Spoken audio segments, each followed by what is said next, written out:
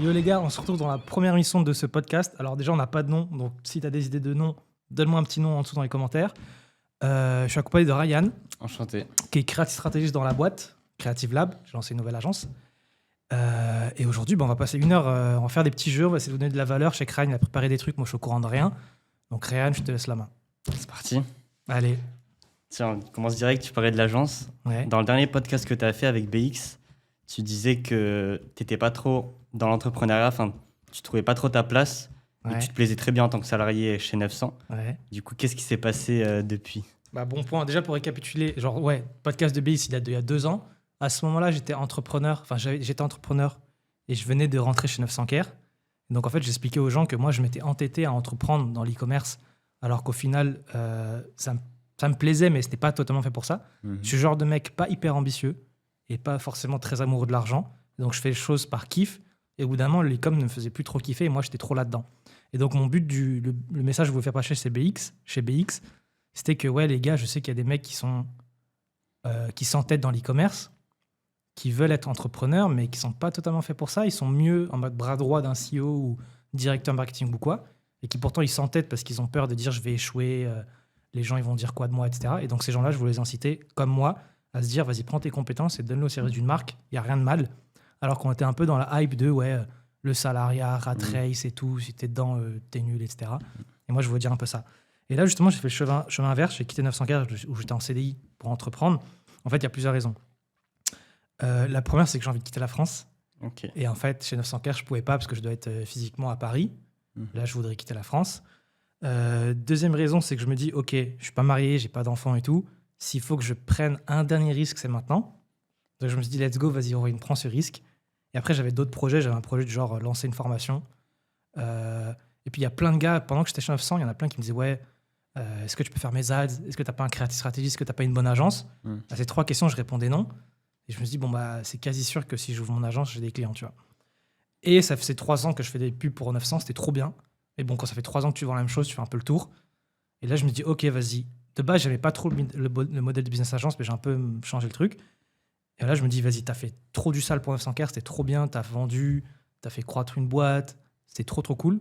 Let's go faire la même chose avec plein de marques, avec une grosse équipe. Ah, j'ai oublié un truc important. Pourquoi je m'étais mis à rejoindre 900 Care, c'est parce qu'en fait, quand t'es entrepreneur, t'es pas mal tout seul. Enfin, moi, quand j'étais entrepreneur, j'étais pas mal tout seul. Tu deviens fou, moi je devenais fou. Et justement, il manquait ce côté équipe. Et du coup, j'avais rejoint 900 Care pour avoir ce côté équipe. Et après, je me suis dit, mais en fait, tu peux peut-être créer ton agence avec ce côté équipe. Donc, c'est ce que j'essaie de faire. Ok. On va continuer sur un truc que tu as dit. Tu disais aussi dans le podcast que tu n'aimais pas du tout le modèle d'agence, entre guillemets. Ouais. Tu peux en dire un peu plus? Ouais. En gros, je crois que BX, il me demandait... non, il me demandait pas. Mais en gros, je comparais faire des créas en interne versus agence. Quand j'étais chez 900, et c'est encore le cas, je pense que c'est mieux d'avoir une équipe en interne que d'avoir une agence. Le problème des agences, c'est qu'elles te prennent plein de clients, la plupart d'entre elles, on va dire 95% d'entre elles. Elles vont prendre plein de clients, un peu de tout, tant que ça rapporte de l'argent. Le CEO, il en a rien à foutre, il va mettre un mec là-dessus. Toi, si tu n'en as rien à foutre des plantes, il va te donner un client sur les plantes, il va dire fais des pubs pour la plante. Tu vas galérer, tu vois. Et après, tu vas faire une pub pour des sous-vêtements, après, tu vas faire une pub pour des chaussures. Tu galères un peu, tu fais juste parce qu'il faut faire, tu vois. Et les agences, en fait, leur taf, c'est de faire des créas, les livrer, et bonne chance si ça marche ou pas. Et si ça marche, tu reviens, tu commandes. Si ça marche pas, peut-être que tu te dis, vas-y, je recommande, je vais essayer d'en faire d'autres. Ça, c'est le business model de l'agence classique. Je fais des créas, je les livre, point barre. Moi, j'essaie d'étendre ce scope. C'est-à-dire qu'avant de faire les créas, on va réfléchir à la strat. Et ça, les agences ne le font pas. La strat, c'est qu'est-ce qu'on dit, comment on le dit, à qui on le dit, pour quel budget on le dit, quelle fréquence, tout ça. On va tout analyser, la réputation de la marque, les stats qu'ils ont eu dans le passé et tout. Quand on va faire des briefs, les briefs ils seront ciblés sur des opportunités qu'on voit ou sur des trucs qui ne sont pas testés. Pas juste des briefs au pif copiés d'un américain, même si ça peut arriver. Et après, du coup, on va faire le brief, tourner en interne, monter en interne. On envoie la créa au client. Le client, il la lance. Nous, on l'analyse. Et ça, les agences ne le font pas non plus. On l'analyse très bien en profondeur et tout. Ça, c'est la grosse diff de notre agence. Et après, du coup, on recommence. Et en fait, l'analyse de la fin de notre premier batch de créa, il aide à alimenter les créas qu'on va refaire. Et en fait, on livre nos clients tous les mois comme ça et on les prend un peu en partenaire et non pas en prestataire. Tu vois. Ils signent avec nous tous les mois. Alors que les agences classiques, c'est en mode vas-y, Ryan, t'as une agence, je te commande 10 créas, je les teste de mon côté. J'ai pas aimé, next, je passe à la prochaine agence. J'ai bien aimé, je continue. Ou alors, j'ai pas aimé, mais je trouve pas d'autres agences, bah vas-y, fais-moi d'autres. Là, c'est on signe tous les mois et moi, je te fais scaler. C'est-à-dire, tu signes tous les mois, c'est-à-dire qu'ils sont engagés à un certain moment ou juste chaque mois ils peuvent arrêter? En fait, ils sont pas engagés, mais je leur dis, nous, en fait, c'est implicite, tu vois. C'est-à-dire qu'on te fait des créas tous les mois. Si tu as envie d'arrêter de bosser avec nous au bout d'un moment parce qu'on fait pas le taf, libre à toi. Et donc, ils peuvent se barrer. Je demande juste 3 mois de préavis au début, enfin d'engagement au début, parce que c'est là que tu mets 1 mois le temps de tout comprendre, 2 mois faire les choses bien, 3 mois scaler. Donc, je leur dis, les gars, venez, on reste pour 3 mois. Et après, s'ils sont pas satisfaits du taf, ils peuvent partir tous les mois, mais ils partent pas. Ok. T'es content de comment ça a commencé pour l'instant? Pour l'instant. Je touche du bois, tout va bien. Ok. Est-ce qu'il y aurait un client, si tu pourrais signer n'importe quelle marque, monde entier, ça serait laquelle? Monde entier ou francophonie? Les deux, une française et une... Ok. Moi, je vais parler juste marque, pas relation client ou quoi. Ok. Vas-y, devine, je dirais quoi là? Je crois que il y avait une autre marque qui t'avait envoyé quand tu voulais être créatif stratégiste. Ah, ok. C'était la troisième ou pas? Puis c'est là-dedans. C'est Horace. Je dis, c'est clair, Ok. Horace. En fait, Horace, ils ont commencé sur Internet et je trouve qu'ils ont trop bien commencé avec de l'UGC et tout. Après, ils ont pris un shift sur du retail et aussi sur de la crème féminine, enfin sur de la cosmétique pour femmes. Ça, c'est un choix. C'est quoi déjà, Aura? Horace, c'est de la cosmétique pour les hommes. Et leur message de base, c'était de la cosmétique pour les hommes fait par des hommes. Et donc, c'était trop bien parce qu'il y avait personne qui faisait ça. Et aujourd'hui, ils ont dépassé Nivea en termes de cosmétique pour hommes, je crois, en France. Et après, ils ont décidé de faire des ventes aussi sur les femmes. Donc, je pense que ça a permis d'augmenter le chiffre d'affaires et tout. Mais peut-être que ça a un peu un impact sur l'image de base de dire que Horace, c'est une marque pour les hommes par les hommes. Et ils se sont concentrés sur le retail. Et moi, je trouve qu'ils ont peut-être un peu délaissé encore l'e-com. Je pense qu'ils peuvent encore faire encore plus du sale en e-com. Ils ont fait des trucs très, très bien. Et là, je trouve qu'ils se reposent un peu sur leur laurier. Et pourtant, la marque, elle est exceptionnelle. Les produits sont exceptionnels. T'as déjà consommé Horace?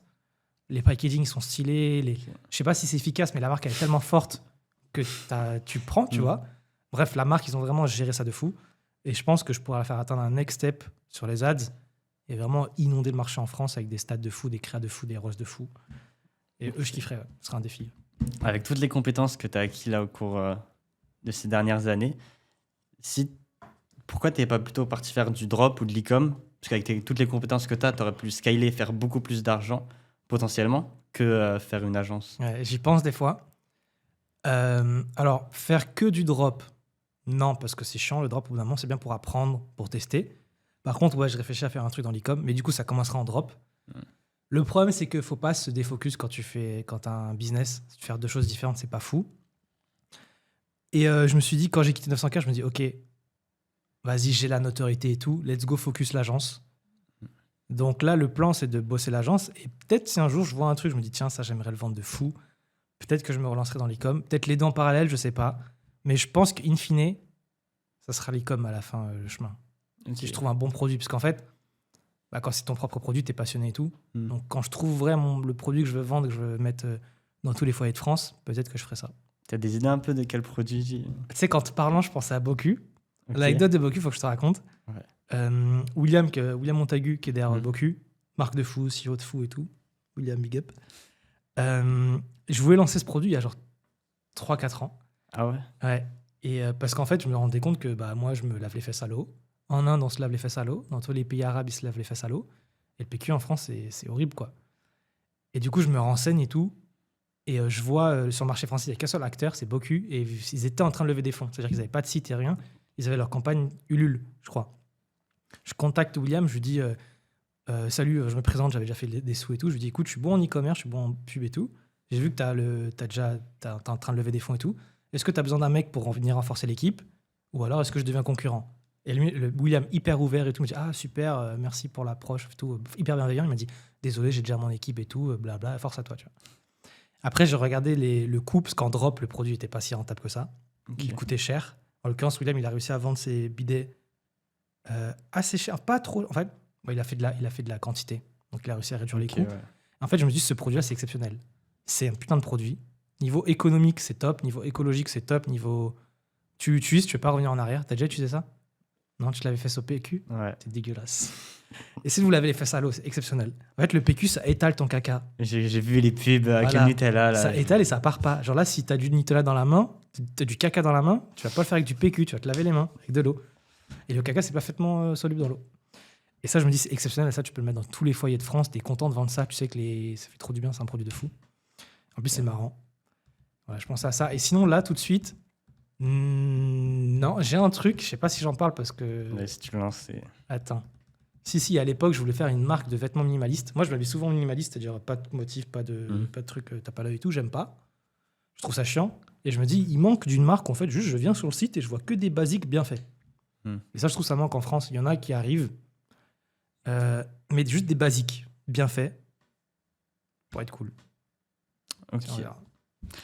Depuis les dernières années, on entend de plus en plus le terme creative strategy. Ouais.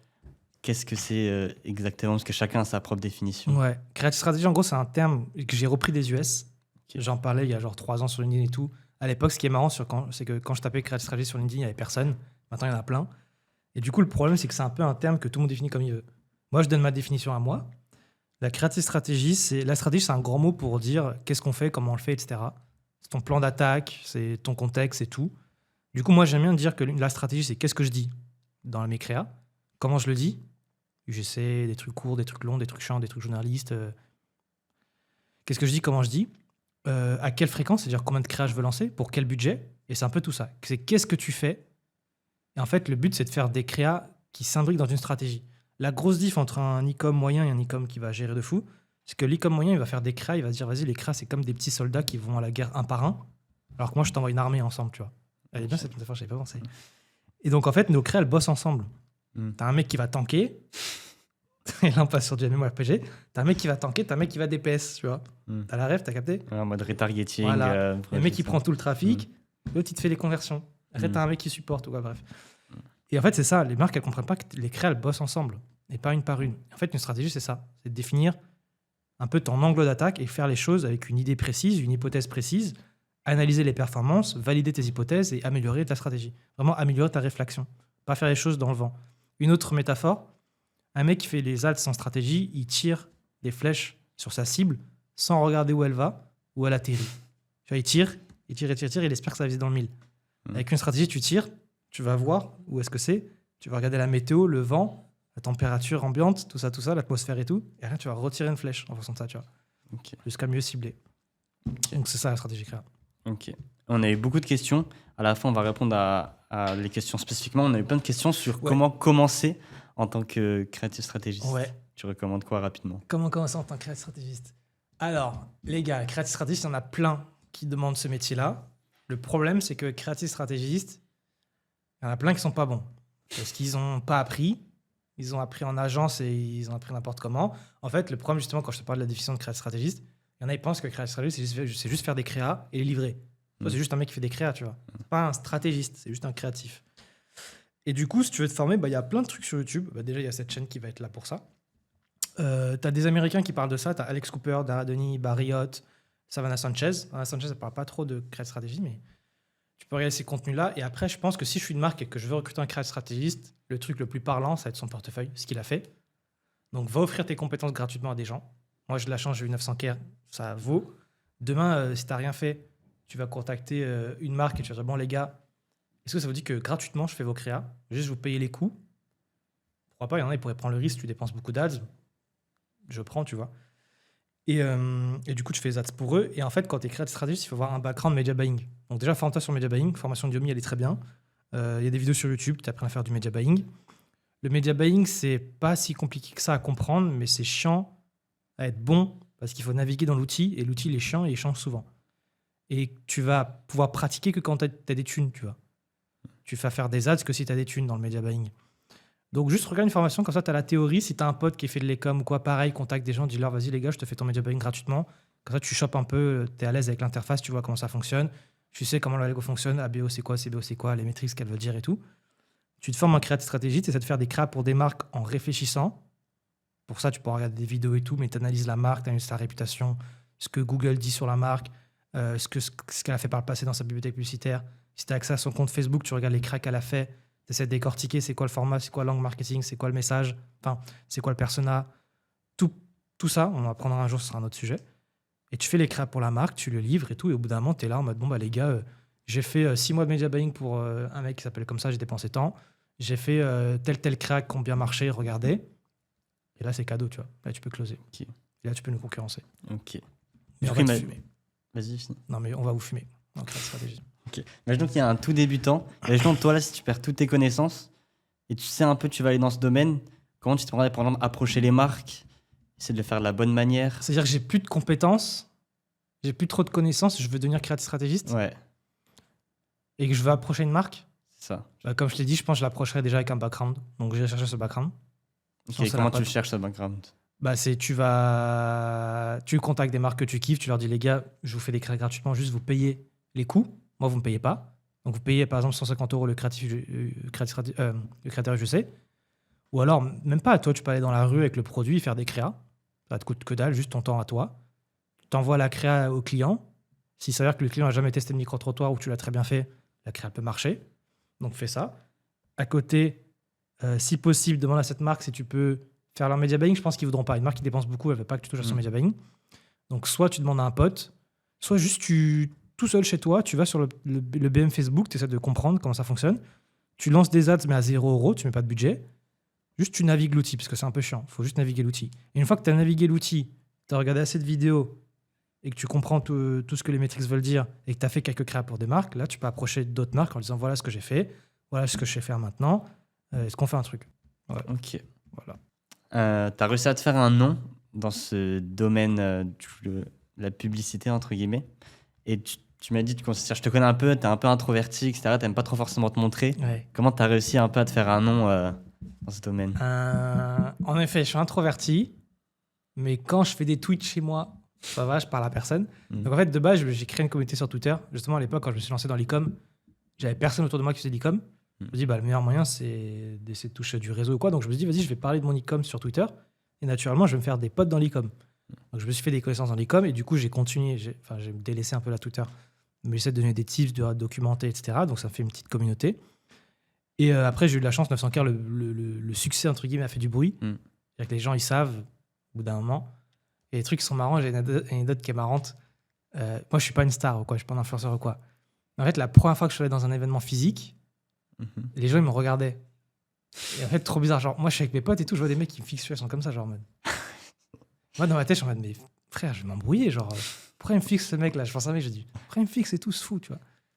Et après 10-15 minutes, il y a des mecs qui viennent voir, ils font, ouais, c'est toi, Ruin et tout. Après, je dis, putain, ok. En fait, c'est la première fois que je sortais de chez moi à un événement physique, après avoir été un peu connu, tu vois. Et après, du coup, tu t'habitues. Donc, non, en vrai, c'est cool. Genre, déjà, ça fait du bien à l'ego. Quand les gens viennent te voir, ils disent, ouais, je kiffe ce que tu fais et tout, ça fait trop plaisir. Quand les mecs viennent te voir, tu m'as appris plein de trucs, ça fait hyper plaisir. Donc, en vrai, ouais, je suis introverti, mais pour l'instant, ça va, j'arrive à trouver l'équilibre. Je suis pas en train de créer des vidéos YouTube toutes les semaines comme je devrais. Tu vois, on procrastine, mais bon, le but de ce podcast, si vous kiffez, c'est qu'on en fasse plein. Quand je parle avec quelqu'un, c'est mieux que quand je parle à une caméra. Donc, c'est pour ça que tu es là aussi. Merci d'être là. Et ouais, j'ai répondu à ta question, je sais pas. Tu as quelques tips, parce qu'avec ces années d'expérience, un peu Twitter, LinkedIn, sur un mec qui veut se lancer? Quelques tips pour faire quoi? Avoir de l'attraction sur les réseaux, de l'attention Ouais. pour vendre ses services. Déjà, première mentalité, c'est documente au lieu de créer. C'est Gary Vee qui dit ça. Juste raconte ta vie au lieu d'essayer de créer du contenu. Aujourd'hui, j'ai fait ça, blablabla, il y en a plein qui le font et tout. D'où le succès des buildings publics. Et le deuxième succès des buildings publics, c'est montre de la faiblesse. Je ne l'ai pas trop fait. Quand je le faisais, ça marchait bien. Montre ta faiblesse, parce qu'en fait, suivre quelqu'un qui te dit j'ai fait tant, j'ai fait tant, chiant. Mais moi, chez 900K, je ne l'ai pas assez fait. Mais toi, j'aurais pu dire cette créa, elle a mis tant de semaines à faire à la flop. Il y en a plein qu'on flop. Et montrer un peu de vulnérabilité. Là, j'arrive pas à faire de l'argent. Là, je décroît et tout, c'est cool. Antoine Blanco, là, il a fait ça. Il a montré récemment qu'il gagnait plus trop d'argent. Ça lui a valu une vague de haters. Ouais, j'ai vu un peu. Mais ses fans, ils sont en mode, ah ouais, cool, tu vois. Alors, ils s'attachent à lui, tu vois. Moi, je dirais ça. Documente au lieu de créer et montre tes faiblesses et donne de la valeur. Genre, arrête de créer du contenu en mode pour moi. Il y en a plein, ils font ça. Sali, big up. Crée pas du contenu pour toi, crée du contenu pour les gens. Les gens, qu'est-ce qu'ils veulent voir? Une autre mentalité qui vient de Gary Vee, c'est comme si tu es garagiste et que tu essaies de créer du contenu pour faire en sorte que personne vienne dans ton garage. Et paradoxalement, les gens vont venir. Parce qu'en fait, si je suis là en train de lâcher tous les tips de créa, c'est ce que je vais faire, on lâche tous les tips créa. Les gens en soi, ils peuvent faire leur créa tout seuls parce qu'ils ont juste à écouter ce que je dis.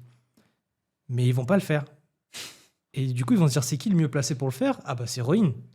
Ray, ils viennent voir, tu vois. Alors qu'il y en a plein, ils sont en mode, ouais, je vais pas tout lâcher, sinon les gens, ils vont copier et tout, je vais perdre ma valeur.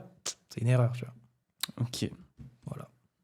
Est-ce qu'il y a une chose que les gens un peu y croient sur toi, mais qui est fausse? Je dirais, les gens croient que je suis créatif. Ok. Ça, c'est un débat que j'avais avec Émeric à 900K. Moi, j'ai l'impression qu'il y a deux types de personnes. Il y a les mecs qui sont créatifs. L'exemple Thomas, c'est le cofondateur de 900K, il est très créatif. Il te sort 100 idées à la minute. Dans le tas, il y en a une qui est bonne. Et après, tu as les mecs moins créatifs, moi je le suis, plus analytiques. Mais en fait, Amérique, il disait que c'est une sorte de créativité à ta façon. Tu as les mecs créatifs qui vont dire beaucoup de choses. Ils sortent de nulle part leur truc. Genre, ils ont lu un livre, un signe, ça sort plein d'infos ensemble qui se mélangent. Ils disent, oh, on va faire ça. C'est beaucoup de volume, mais la qualité, elle est moindre. Et tu as d'autres mecs, ils vont pas avoir beaucoup d'idées. Par contre, quand ils voient une chose, ils disent, putain, ça, je vais le reprendre comme ça, tu vois. Ou ça, je vais le faire comme ça, tu vois. Moi, je suis plus de cette team-là. Ok. Donc, en vrai, c'est marrant parce que tout le monde dit, ouais, Héroïne, t'es hyper créatif, toi, non? Pas du tout. Pas créatif. Par contre, quand je vois quelque chose, là, j'ai des idées. Donc, je suis plus créatif à partir d'une base. Alors que les vrais créatifs, pour moi, c'est des mecs créatifs Après, à partir de pas souvent, ça grand-chose. vient forcément d'une base. Je sais pas. Genre, il y a vraiment des mecs qui se posent là, ils disent, oh, on va faire ça, on va faire ça, on va faire ça, on va faire ça. Ou alors, ils ont plein de bases, tu vois. Oui. Ils ont mélangé plein de trucs dans, Ouais. dans leur cerveau. Moi, non. Je sais pas, si je me pose là en 15 minutes, je peux pas te sortir des concepts what the fuck. Alors que tu as quand même réussi à tenir 2-3 ans Ouais. chez 900 en étant quand même. Bah, c'est avec les idées de tout le monde. Avec Ok. mes analyses, mes trucs et tout, mes idées, mais aussi les idées de tout le monde. Et tu as des tips du coup pour essayer de retrouver des nouvelles idées originales, scroller Ouais. sur TikTok, Pour trouver des idées originales ou juste trouver des idées? trouver des bonnes idées. Trouver des bonnes idées. Bah, pour trouver des bonnes idées, il faut que tu trouves des idées et après, il faut que tu fasses le filtre. C'est quoi le filtre? Alors, le plus simple, c'est de regarder ce que des concurrents ont fait, d'essayer de comprendre pourquoi ça marche et de refaire en mieux. Et après, analyser ce que toi, tu as fait et les impacts de ce que tu as fait et le refaire en mieux. Une fois que tu as fait le tour, donc déjà pour ça, avec ça, déjà, tu sais bien 1 an. Si tu n'as pas de concurrents ou que tu dépenses plus que eux, tout le monde, regarde ce que les Américains font, parce qu'ils sont généralement meilleurs que les Français, et reprends. C'est comme ça que j'ai importé plein de concepts. En vrai, pas tant que ça. Hein. On n'a pas importé tant que ça. Donc, on regarde ce que les Américains font. Et après, ça, c'est mon tips un peu plus avancé que j'aime bien. C'est inspire-toi de ce que les gens consomment en organique. Ce que je kiffe faire, que je fais de moins d'ailleurs, c'est un bon rappel pour moi, mais un rappel pour vous, un tip pour vous. Là, prenez votre feed, après faites pause ou quoi, prenez votre feed TikTok, Insta, vous scrollez, et à chaque fois que vous voyez une vidéo, dites-vous, ok, c'est quoi ce format? Quel nom je donnerai à ce format? Regarde, on va le faire vite fait. Vas-y. Ah ouais, ok, je capte. Je vais sur TikTok, je vais vous montrer ce que j'ai. Là, j'ai If Arab Guys Were Honest. Donc, c'est un sketch, ok? Ça, c'est un format sketch où le mec, il fait POV et il imite quelqu'un. L'idée que ça me donne, c'est if les gens qui achètent des couches en magasin étaient honnêtes. Exemple, si tu vends des couches sur Internet, tu vois. Ok.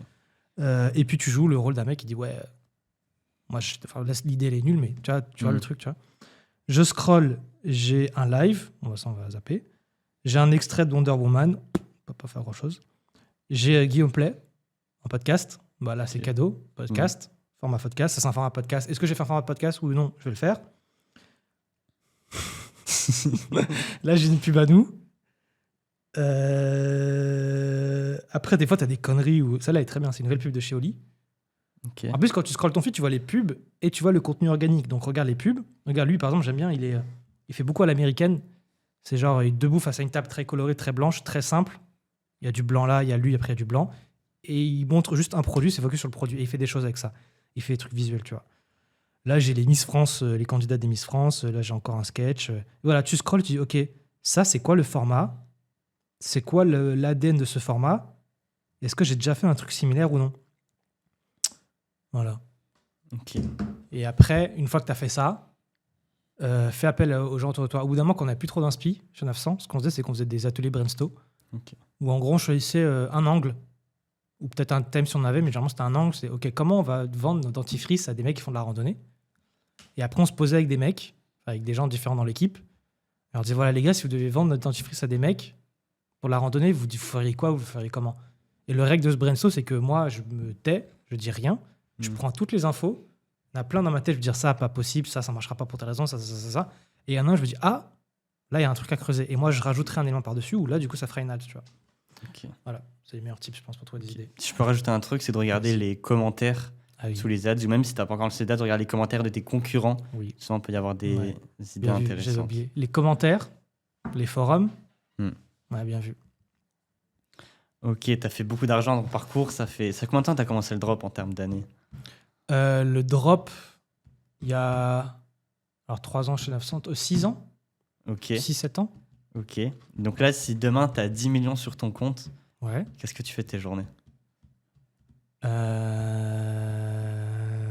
En fait, je sais pas. Je pense que mon premier réflexe là, c'est de voyager, de faire une grosse pause voyager. Là, je suis Ok. dans mon délire de voyage. Mhm. Mais après, en fait, je pense que naturellement, tu te lasses de ce que tu fais. Donc, je pense qu'inévitablement, quand j'aurai voyagé, déjà, ça va m'occuper un bon moment. Après, je compte pas la partie investissement. Je sécurise ces 10 millions. Ouais. Je compte pas ça. Ça, évidemment, Mhm. ce sera logique. Mais sur la partie qui me reste, je voyage. Et après, je pense que j'essaierai de trouver un truc, un sort de taf qui me passionne. Où vraiment, là, je me dis, je fais ça absolument pas pour l'argent, l'argent est enlevé de l'équation. Et là, j'ai pas de. Pas d'idée. Non. Je pense que mon goal ultime, moi, je suis beaucoup dans tout ce qui est éducation. Je trouve que, genre, tu règles le sujet de l'éducation dans un pays, tu règles beaucoup de problèmes. Les incivilités, le bonheur, l'argent, le pouvoir d'achat et tout, tu vois. Et je pense que mon goal ultime, ce serait de refaire l'éducation en France. Ok. Mais quand tu veux être. Enfin, le ministre de l'Éducation, il n'a pas tant de pouvoir que ça, tu vois. Mhm.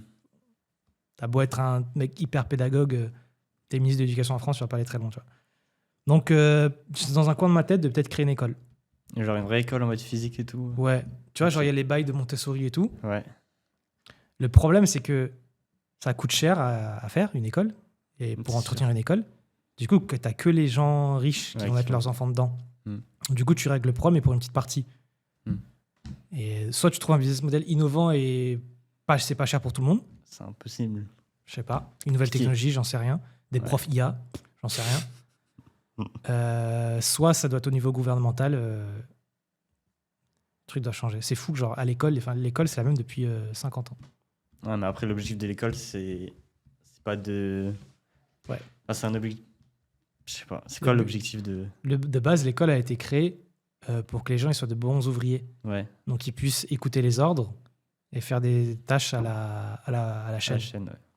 Et après, bah, les ouvriers, il y en a de moins en moins, sauf que l'école, elle n'a pas changé. Du coup, on t'apprend juste à être assis et à emmagasiner dans ta tête et à recracher comme c'est. Sauf que tu fais plus ça. Maintenant, il y a ChatGPT. Mm. Tu n'as pas besoin d'apprendre. Donc, on devrait apprendre aux gens à utiliser de l'IA, à réfléchir, à travailler en équipe, Ouais. avoir un esprit critique. Et ça, on l'a pas. Ok, intéressant. Chez 900, vous avez été les premiers à faire des formats innovants, ce qui est fait de podcast, en ads, micro-trottoirs, etc. Est-ce que tu peux me faire un peu une tier list de tous les formats que tu as fait? Tier list format. Ça, là, elle va être hyper bien la question pour les gens parce que ça va leur donner plein d'idées de formats. Tier list, on va faire un petit insert genre S et tout là. Vas-y, Bruce. Ok. Je pense qu'en S tier, je mettrais le micro-trottoir Ok. parce qu'il coûte que dalle à faire. Tu peux avoir des réactions hyper authentiques. C'est facile à faire. Ça se prête pas à tous les produits, mais ça se prête à pas mal de produits quand même et tu peux toujours trouver un moyen innovant de le faire. Mhm. Je mettrais le micro-trottoir en S Tu tier. conseilles de le faker ou pas? Les deux. Ok. D'abord, ça dépend du produit. En fait, moi, je fais la différence entre micro-trottoir et fake micro-trottoir. Chacun a ses avantages et inconvénients. C'est pareil pour les UGC. Je fais la différence entre UGC et fake UGC.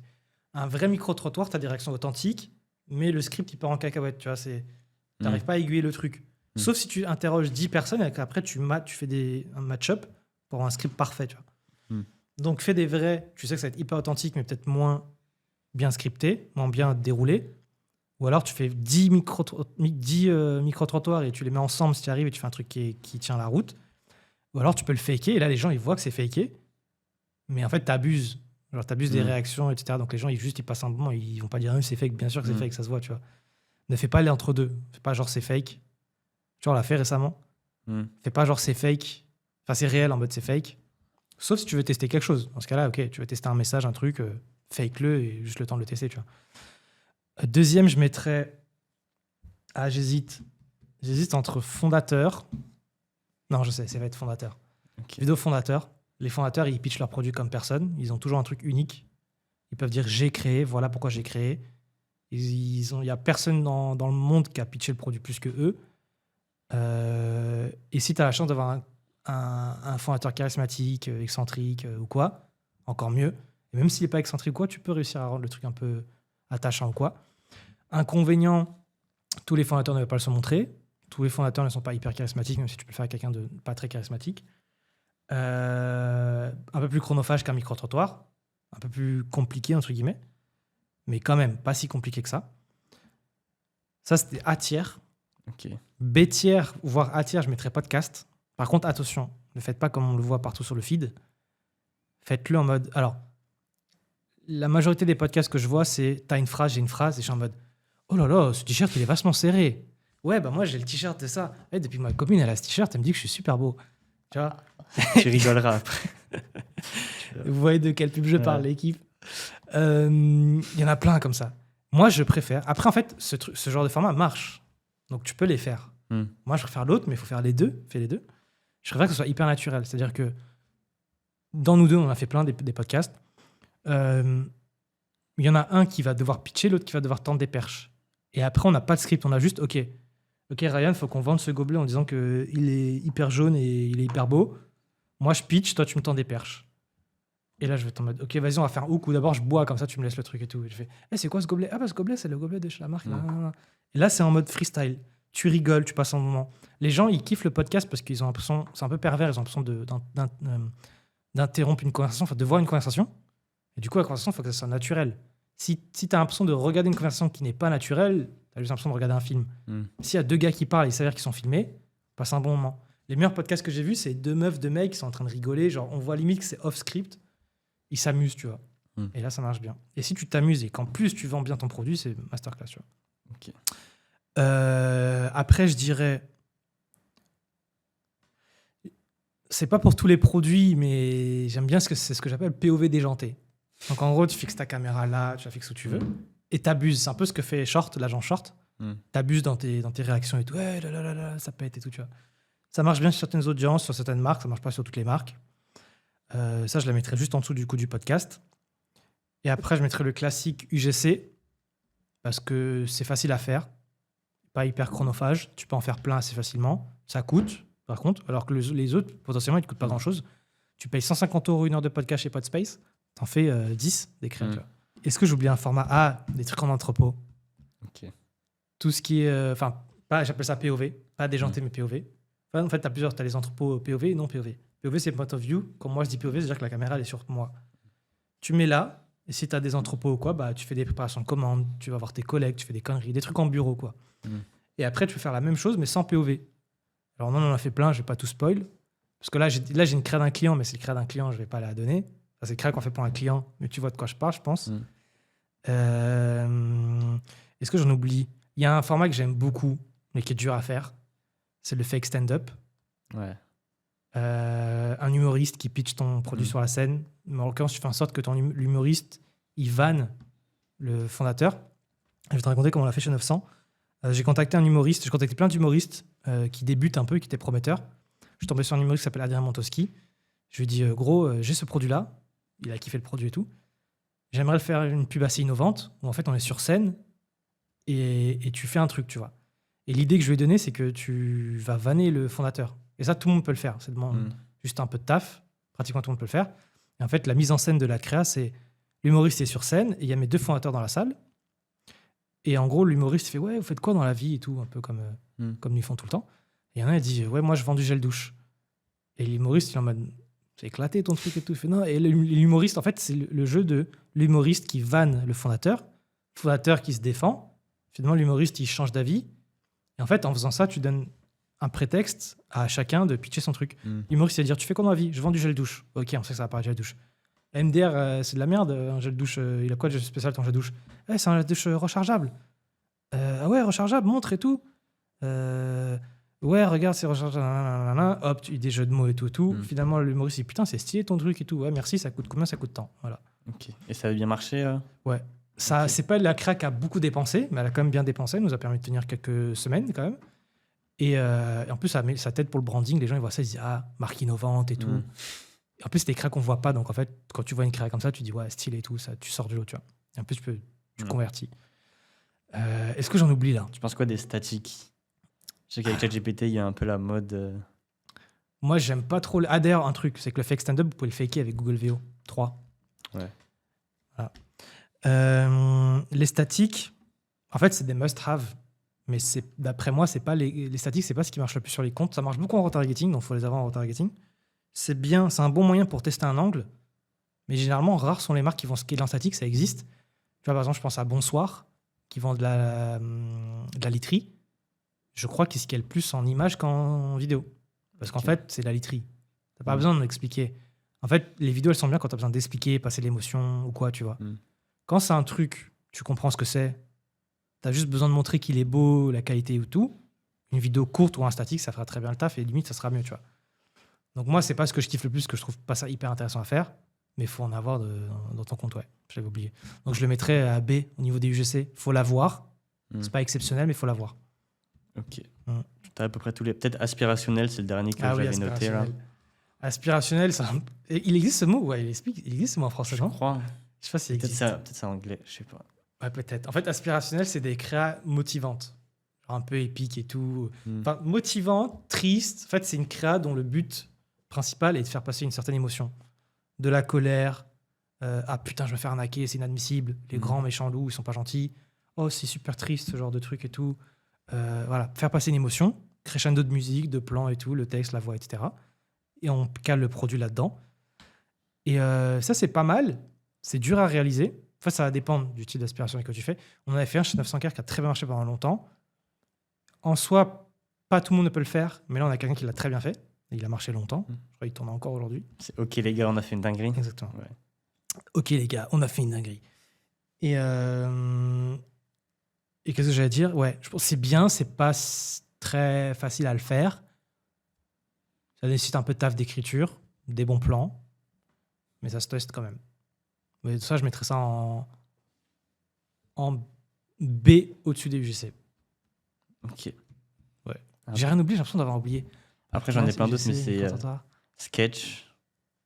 Ouais, sketch.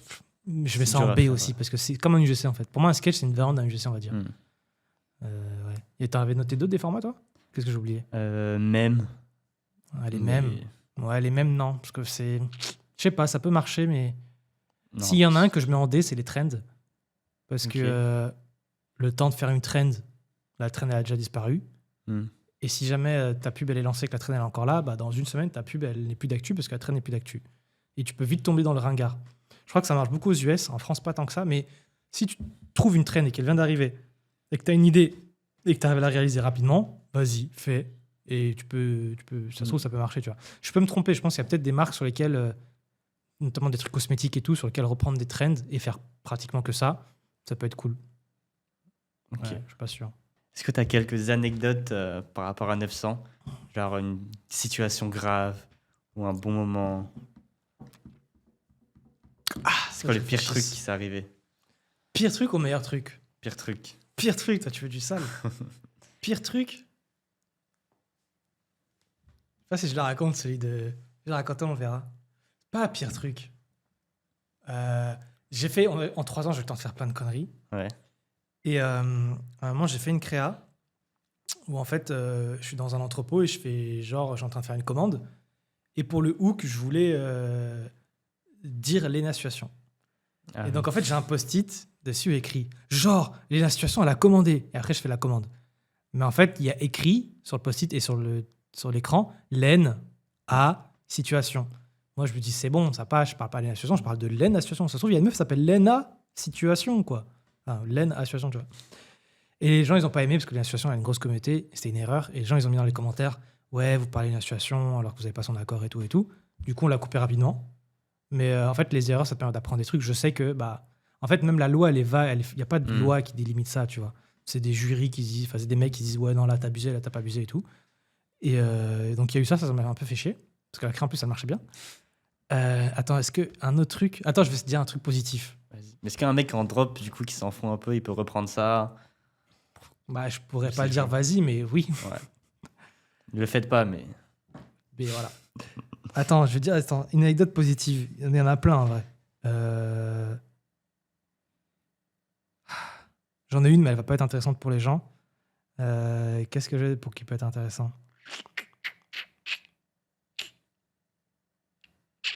Non, en vrai, je crois que j'ai rien qui peut être là. J'ai rien tout de suite. Ok, bah t'inquiète. De toute façon, on passe. Vas-y. T'as fait un tweet où tu dis « Je vous souhaite de quitter la France le plus tôt possible ». Pourquoi tu dis ça? Bon, là, quand j'ai tweeté ce truc, c'était une goutte d'eau qui débordait du vase. Je crois que c'était... Moi, je suis beaucoup impliqué dans ce qui est... Enfin, tout ce qui est inégalité, ça m'insupporte, et spécialement ce qui se passe en Palestine. Et ça me rendait de fou de voir les commentaires des gens.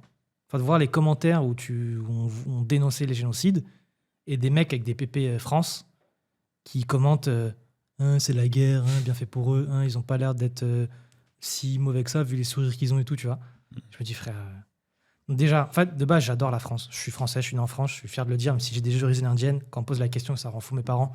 Je dis, je suis français avant d'être indien. J'adore la France, la gastronomie, la culture, tout. Le pays exceptionnel, tu vois. Les gens, même s'il y a des cons, mais la plupart des gens sont plutôt cool. Mais un truc que je déteste, c'est la politique. Genre, c'est impossible d'être riche en France. Okay. C'est possible, mais il faut magouiller ou il faut faire partie d'une élite. Tout est fait pour que tu ne sois pas riche. Tu peux entreprendre, on va te donner des aides, on va te donner du chômage, ça c'est top. Pour te lancer, c'est top. Une fois que tu fais de l'argent, on va tout te prendre. 20% de TVA. Bon, les gens ils disent c'est pas ton argent, mais quand tu es en e-commerce, les gens payent la TVA, ils ont l'impression de la payer à toi et c'est toi qui la ressors après. La TVA, l'impôt sur société de 30-40%, l'impôt sur le revenu, ensuite la TVA quand toi tu consommes. Je pense qu'il y a les études, mais sur 1000 € que tu as, le pouvoir d'achat il est genre de 200 balles. Et tout ça, ça me dérange pas de payer des impôts si l'argent sert à quelque chose. La justice éclatée. La police, c'est pas de la photo policier, mais le constat est là, c'est pas fou. Là, je rentre dans des trucs pointus, mais gestion de tout ce qui est migration et tout, éclaté. Là, les aides, on a de moins en moins.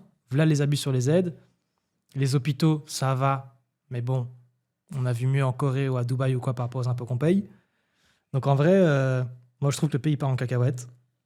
Et c'était bien quand mes parents sont arrivés, c'était l'un des Eldorado, la France. Là, ça part en cacahuète. Si tu veux, si t'es jeune. Ah oui, je parle pas de la retraite, qu'on n'aura sans doute pas. Nous, là, moi, j'ai 30 ans, toi, t'as un peu moins, t'as même moins. Là, on cotise pour de la retraite qu'on n'aura sans doute pas. En gros, la retraite, je crois que c'est combien ? Je crois que si tu cotises toute ta vie en France, si t'as un bon salaire, j'avais entendu un truc genre 600 000 €. Tu donnes 600 000 € d'impôts entre ça. Je dis des conneries sur le chiffre, mais on va dire 600 000 €, c'est dans les trucs comme ça. Tu donnes 600 000 € d'État en termes d'impôts et tout au long de ta vie.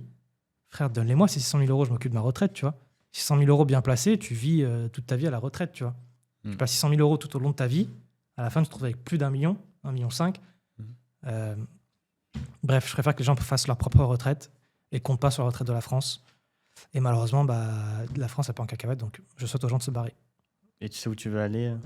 Ça, c'est compliqué, ça. J'aime beaucoup la Suisse par rapport au paysage politique, c'est mieux. Mais en tant que Suisse, en tant que non-Suisse, t'es taxé fortement. Sinon, il y a Dubaï, qui est cool, bonne politique, sécurité, soins, tu payes juste pour toi. Par contre, la météo, elle est compliquée. Le paysage, après, c'est le centre du monde, tu peux voyager. Sinon, l'Asie, là, c'est un des continents qui est en croissance de fou. Thaïlande, Vietnam, Bali, tout ça. Et peut-être Australie. Donc, j'hésite entre tout ça. Et là, pour l'instant, mon préféré, c'est Dubaï. Si je deviens très, très riche, j'irai en Suisse, peut-être. Et voilà. Ok. On fait un petit jeu, on va faire une ou deux. Ouais. J'avais posé des questions aux gens. Tu les as ? Ouais. Ah non, on fait quoi, les jeux ou les questions ? Je pense qu'on fait un petit jeu. Ah ouais ? T'as pas envie de faire les questions ? Mais si, on les fait après. Vas-y, ok. On fait genre. Allez, let's go. Attends, je vais te les montrer sur mon tel directement, les créas, ce sera plus simple. Ok. C'est le jeu des créas, Ok, donc là, je vais te montrer deux créatives. Il y en a une qui a 2 millions d'impressions, donc qui a quand même spend, et l'autre 3000. Il faut que tu analyses un peu pour essayer de deviner laquelle est la meilleure. Ok, si je me trompe, c'est la honte quand même, une chance sur deux. Ouais. Attends. Mais c'est ça qui est beau, c'est qu'en fait, je peux me tromper. En fait, des fois, une créa moche, elle marche. Donc peut-être que je viens de voir. J'ai le droit de montrer, on va montrer aux gens là ? Ouais. Tu vois, quand tu mets tes t-shirts noirs, tu sais, genre les hyper basiques là. Les nouveaux là ? Je crois qu'ils vont pas aimer que ça en podcast. Mais tant pis, les gars, vous êtes une marque. À chaque fois, je te dis, ok, ils sont trop beaux et tout, ils vont trop bien. Je viens d'apprendre que c'était une quête. Ah, tu savais pas ? Je savais pas du tout. En vrai, tu vois, quand tu mets tes Bon, déjà, j'aime pas le cadrage, il est un peu foiré, mais ça, vous le savez, je pense. noirs, Ouais. tu sais, genre les hyper basiques là. Les nouveaux là ? Ce que j'aime bien, c'est que le hook, il est clair. Ce que j'aime bien dans un hook, déjà, il faut qu'il soit visuel. Là, c'est un podcast, on va pas faire un truc visuel. Mais déjà, il y a une fille, plutôt jolie et tout, donc ça attire, ça aide beaucoup dans les hooks, en vrai. Et la première chose qu'elle dit, c'est... En vrai, tu vois, quand tu mets tes t-shirts noirs, Déjà, elle a bien fait. En vrai, tu vois, on a l'impression d'être dans une conversation. Là, ils l'ont très bien fait, ils l'ont très bien joué, les gars. Enfin, la fille et le gars. Et on sait que c'est une meuf qui va parler d'un vêtement. En l'occurrence, on apprend vite que ça va être un t-shirt noir. Donc, le cadre est posé. On va parler de sap. Si ça t'intéresse pas, tu te barres. Si ça t'intéresse, tu restes. Donc pour l'instant, je l'aime bien. Genre les hyper basiques là. Les nouveaux là. Voilà. Tu vois, à chaque fois, je te dis, ok, ils sont trop beaux et tout, ils vont trop bien. Je viens d'apprendre que c'est. Après, il joue sur un classique, c'est la meuf qui complimente le mec. T'as un mec, il y a beaucoup de chances que, en fonction de l'âge que t'as, tu vis beaucoup pour les meufs. Donc là, t'as une meuf qui dit, mec, t'es beau gosse avec ce t-shirt.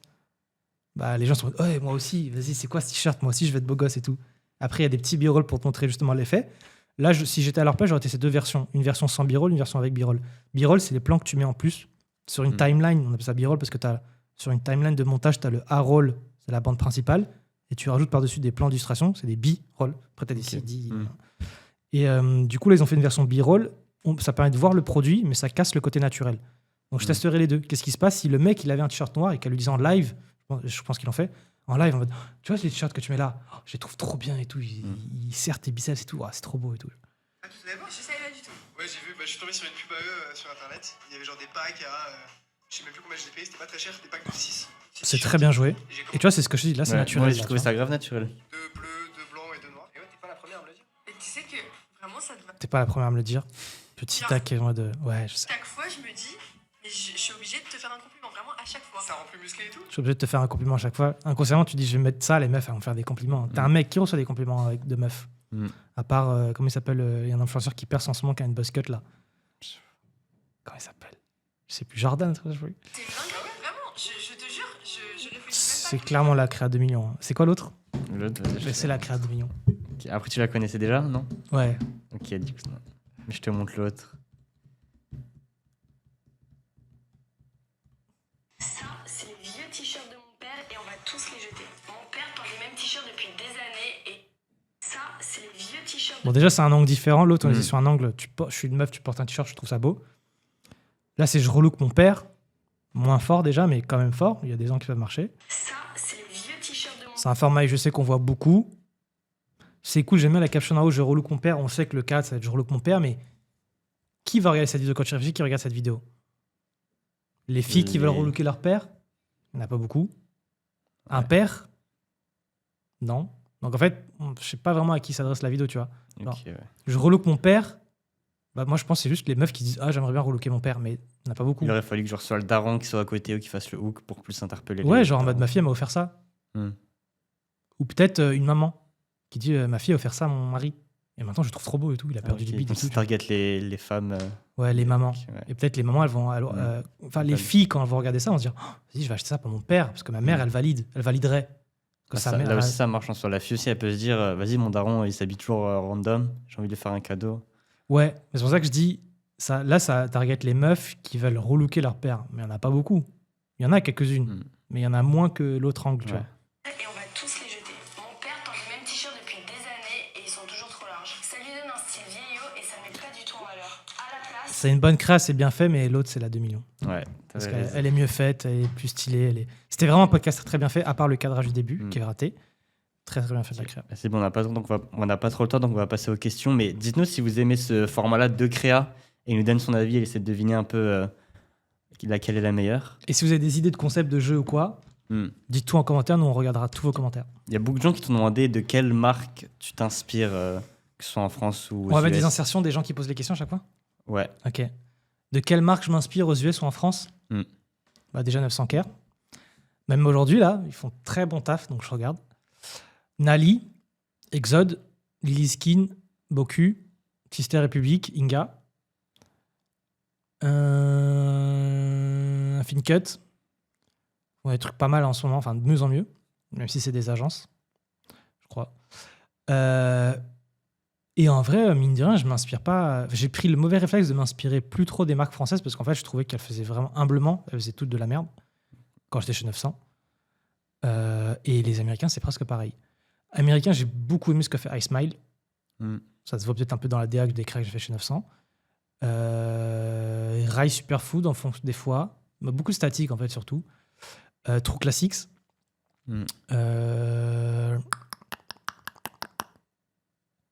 À l'époque, il y avait Magic Spoon, mais je crois qu'ils ont arrêté. Et en vrai, il y a beaucoup, mais là, je les ai pas toutes. Mais là, je pense que j'en ai cité pas mal. Ouais. Est-ce que j'en ai raté là tout de suite? Non, je crois pas en avoir raté des grands. Je rajouterai dans les commentaires si j'en ai oublié quelques-uns. Ok. Il y a plusieurs questions par rapport à ça. Est-ce que tu t'aides de certains agents IA pour tes réseaux sociaux ou pour tes créatives ou Pour mes créas, alors j'essaie de me tenir à la page. Jusqu'ici, j'ai pas trop de grande satisfaction sur les IA. Mais maintenant, je commence de plus en plus à... En fait, le problème, c'est qu'on utilisait mal l'IA. On a l'impression que l'IA, il faut qu'elle fasse notre taf. Mais non, l'IA, il faut l'avoir comme un stagiaire qui va t'aider. Donc en fait, je préfère montrer aux gens et l'utiliser moi-même en mode l'IA, elle est là pour t'aider à redéfinir un script. En fait, tu lui as donné des hooks, tu lui dis donne-moi d'autres idées de hooks similaires. Et toi, tu tries. Et en fait, l'erreur que les gens font, c'est de dire à ChatGPT, fais-moi un script. Éclaté, tu vois. Il est pas drôle, il est à côté de la plaque et tout. Par contre, si tu dis voici 4 hooks qui ont marché, donne-moi des hooks similaires, il va te dire un truc. Accentue le fait que le jet douche, c'est de l'arnaque. Donne-moi 10 façons de reformuler que le jet douche, c'est de l'arnaque parce qu'il y a 80% d'eau. Voici un script, rends-le plus concret, rends-le plus drôle, mais il n'y arrivera pas, il est nul dans tout ce qui est humour. Rends-le plus court. Dis-moi si le script est adapté à un enfant de 8 ans. Tu vois, des trucs précis. Pas fais un script, des trucs précis, tu vois. Après, Google VO3, j'ai hâte de pouvoir vraiment l'essayer, mais pour l'instant, j'y arrive pas trop. Midjourney, on arrive à faire des trucs sympas. Chez 915, on faisait déjà des plans IA cool avec Midjourney. Rask, pour traduire des créas en lip sync assez cool. Tu écris comment, HeyGen Rask aussi. Hein? Rask. RASK. Ok. HeyGen, pour faire des avatars, pour faire dire ce que tu veux en avatar. Là, je peux me faire dire n'importe quoi si je veux. Et sinon, j'ai pas trouvé pour l'instant trop d'outils qui me font kiffer. Trop d'outils, à part ça. À part utiliser l'IA comme un stagiaire, il n'y a pas de truc miracle. Ok. Prochaine question de Héloïse. Ouais, c'est bien de citer les noms. Ouais. Comment une marque peut-elle vraiment performer en organique sur les réseaux sociaux aujourd'hui, alors même que les plateformes / algorithmes pénalisent les contenus perçus comme commerciaux? Quel levier utiliser pour créer de l'engagement, générer des ventes, sans tomber dans le contenu vente qui ne marche plus? Alors, elle veut percer en organique, mais elle estime que les réseaux sociaux pénalisent les contenus ventes. C'est ça. Bah, c'est pas totalement vrai. Si son truc il est bien fait, même s'il est vendeur, ça peut percer. Mais en gros, l'organique, perso, ma réponse, c'est ignore l'organique, focus l'ADS si tu as le budget, focus l'ADS, et quand une vidéo marche bien en ads, en fait, toutes tes vidéos en ads, mets-les en organique, ça te fera des vues en organique. Si tu es une marque et que tu as envie de bosser l'organique, la raison pour laquelle tu devrais bosser l'organique, c'est l'image de marque. Okay. Bosse pas l'organique parce que tu te dis ça va te faire des abonnés, ça va te faire de la visibilité, ça va te faire du chiffre d'affaires. Ça marche plus comme ça. Si tu as même 2 abonnés sur TikTok, tu peux avoir une vidéo qui perce. Si tu as 1 million d'abonnés sur TikTok, tu vas pas avoir une vidéo forcément qui perce. Donc ne dis pas l'organique, c'est pour me faire des ventes. L'organique, c'est pour rassurer les gens. Instagram, c'est une vitrine. Quand je tape le nom d'une marque, j'arrive sur Instagram, je veux voir un peu la DA du truc. Sur TikTok, pareil. Les gens aujourd'hui utilisent TikTok en moteur de recherche. Utilisent TikTok pour être référencés sur des mots-clés. Comme un moteur de recherche classique. Et du coup, bosse Instagram pour que c'est ta vitrine, rassurer les gens, etc. Montrer ton équipe, les valeurs, etc. Bosse TikTok pour montrer aussi l'intérieur, rassurer les gens, mais aussi l'utiliser en moteur de recherche. Focus les ads. Mets tes ads en organique, elles feront peut-être des vues. Booste les vidéos que tu as en ads. Enfin, utilise la fonctionnalité Spark Ads sur TikTok pour utiliser une vidéo que tu as postée en organique en ads. Comme ça fera des vues. C'est pour ça, quand j'arrive sur ton TikTok, je vois une vidéo à 1 million de vues, je me dis, ah, stylé, c'est une marque qui perce. Voilà. Il y avait une deuxième partie dans la question? Non, en vrai, c'était similaire. Ouais, c'est ça. Mais Voilà, du coup, tu conseillerais pas aux gens qui n'ont pas trop de budget, qui veulent faire du drop ou juste lancer leur propre marque, de focus organique s'ils n'ont pas de budget? Vraiment, si tu n'as pas de budget, ouais, tu pourrais te focus organique, mais dans ce cas, tu feras des vidéos focus produit. Et du coup, d'après Eloïse, ça ne marche pas. Moi, je pense que si tu fais vraiment le truc, ça marche bien. Mais quand tu fais de l'organique, tu n'utilises pas d'argent. Il faut que tu fasses énormément de vidéos et assez bien pour faire des bonnes pubs. Donc non, tu peux faire des produits, des vidéos assez orientées produits, ou pas trop, tu essaies de le faire subtilement. Mais forcément, dans le tas, tu n'en auras pas beaucoup qui ont marché. Genre, il faut vraiment être persévérant de fou. Et dès qu'il y a un truc qui marche, par contre, tu l'amplifies en ads. Et c'est là que tu vas te faire beaucoup d'argent. Ok. Prochaine question de Doruxen. Le recrutement d'acteurs en interne pour faire baisser les coûts sur le long terme. Il veut un peu que tu parles de ce sujet-là. Ok, genre un T'en penses acteur quoi? long terme et tout. Ouais, tu payes. d'internaliser.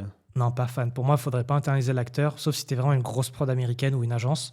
Parce qu'en fait, tu vas le payer, ok, tu seras plus réactif, tu vas baisser les coûts et tout, mais ce sera toujours la même tête. Le seul gars que je recruterais, c'est un faux fondateur.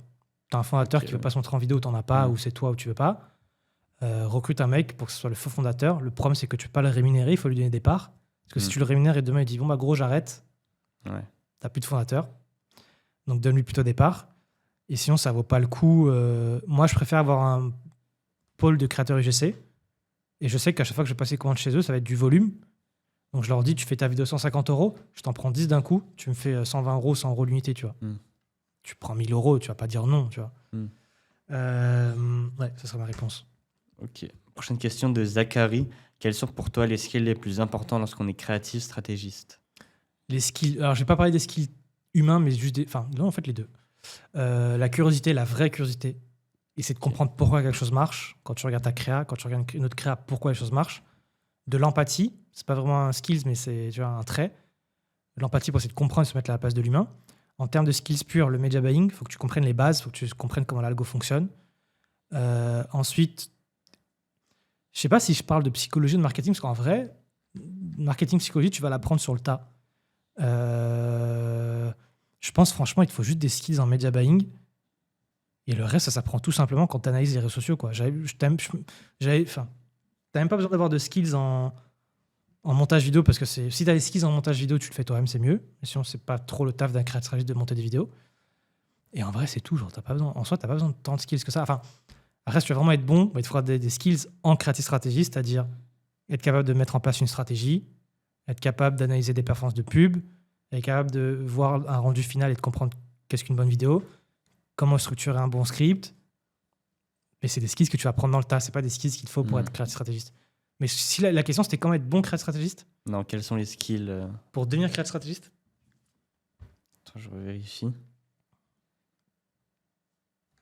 Quels sont pour toi les skills les plus importants lorsqu'on est créatif stratégiste? Ah bah, en vrai, ouais, c'est ça. C'est en vrai tout ce que j'ai dit là. Il a des réponses là-dedans. Ouais. Ok. La dernière question, Vas-y. du coup. Si tu avais un énorme billboard géant sur New York pour faire passer un message au monde entier, qu'est-ce que tu mettrais dessus? Libérer la Palestine. Et ça, en vrai. Et sinon, si c'est plus en mode pour donner de la valeur aux gens, le bonheur avant l'argent, je pense, je dirais. Après, c'est bien, mais ça met du temps à comprendre. Okay. Je pense que ça sera ma dernière réponse, ma conclusion. Bah, c'est good pour moi. Trop bien. Merci, Ryan. Merci dites-moi ce que vous en avez pensé dans les commentaires, ce que vous avez aimé, ce que vous n'avez pas aimé, ce que vous voudrez revoir. Abonnez-vous, lâchez des likes, donnez-moi de la force, sinon je ne ferai pas d'autres contenus. Je fonctionne beaucoup à ce que vous me donnez.